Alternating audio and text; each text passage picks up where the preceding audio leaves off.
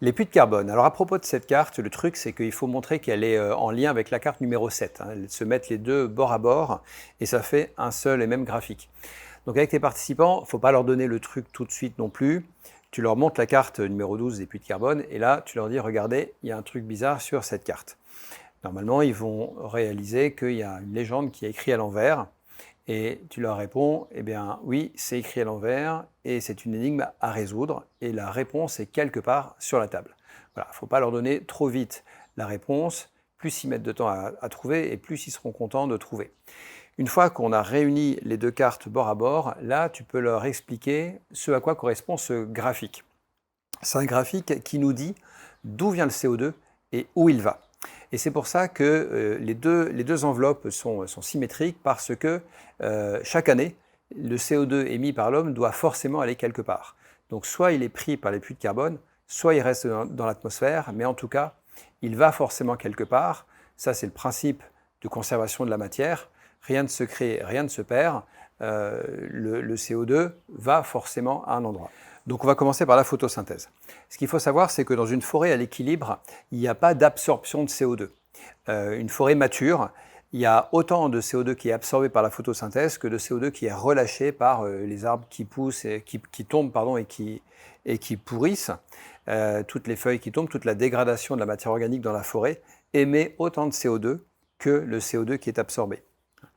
Par contre, si on augmente la quantité de CO2 dans l'atmosphère, là, les arbres vont en absorber plus. Donc les forêts du monde sont devenues des puits de carbone parce que la concentration dans l'air en CO2 a augmenté.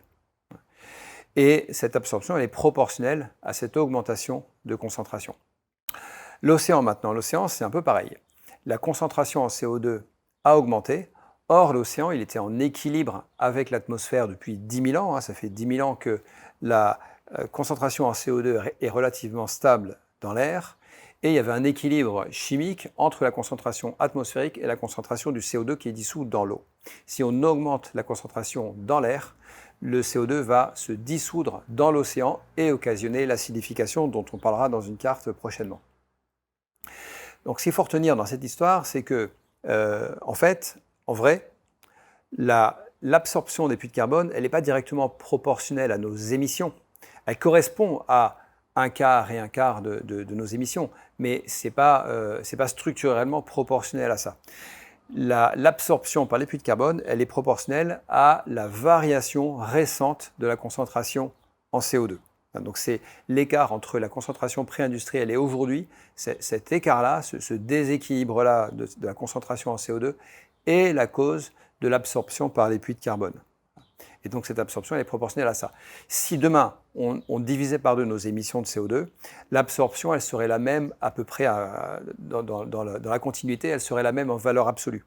Ce qui veut dire que si demain on divise par deux nos émissions de CO2, l'océan et l'atmosphère vont absorber l'intégralité de nos émissions. Donc en valeur absolue ce serait la même chose et en valeur relative par rapport à nos émissions ce serait différent. Voilà. Sinon les chiffres que j'ai décidé de mettre sur la carte c'est des chiffres arrondis.